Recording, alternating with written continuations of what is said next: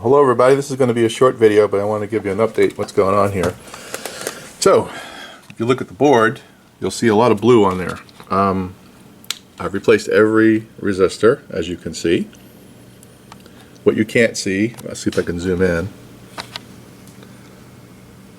I've replaced all the caps, I've replaced all the transistors. I'm waiting for one transistor and a few capacitors that I need. But theoretically, I've completed the whole board.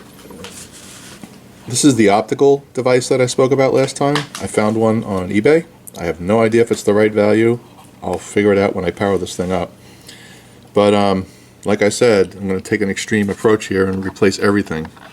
But still trying to figure out what the hell's going on with this thing, so I think I know. So let's take a look and I'll show you.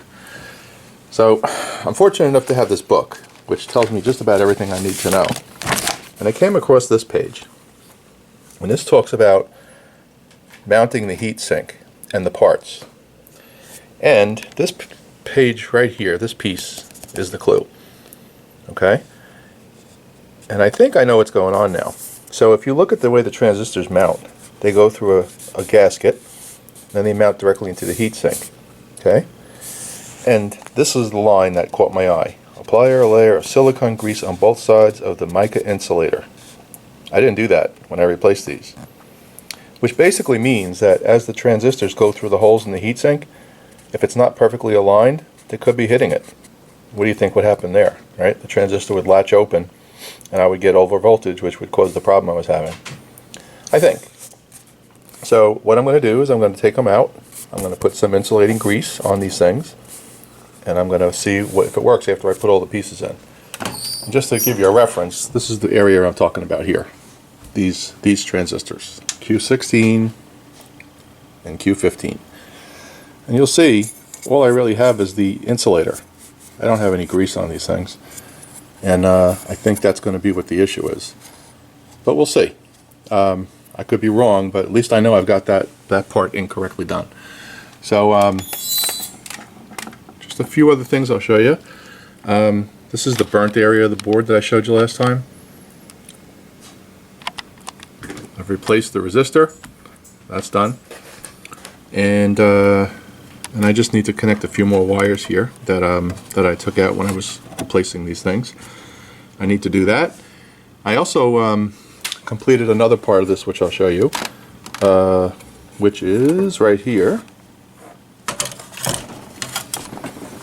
So what you'll see here is I have a choke and I have some 0.33 resistors, 10 watts.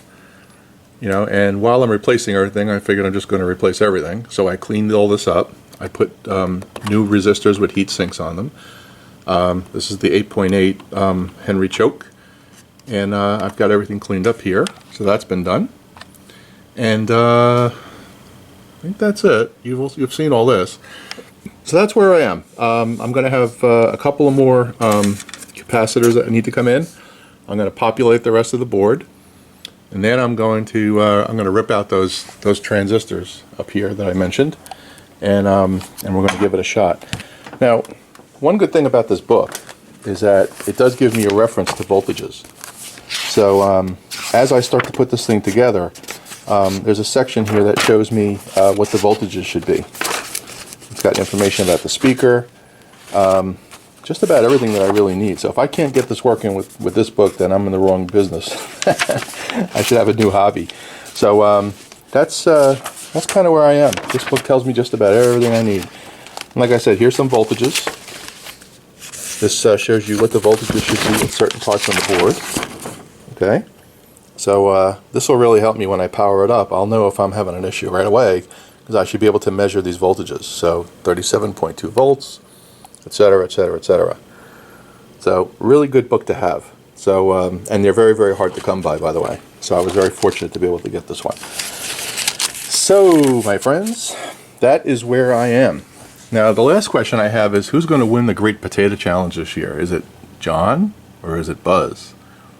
Well, I'm not going to tell you who I'm voting for yet, but in my next video you may get a clue.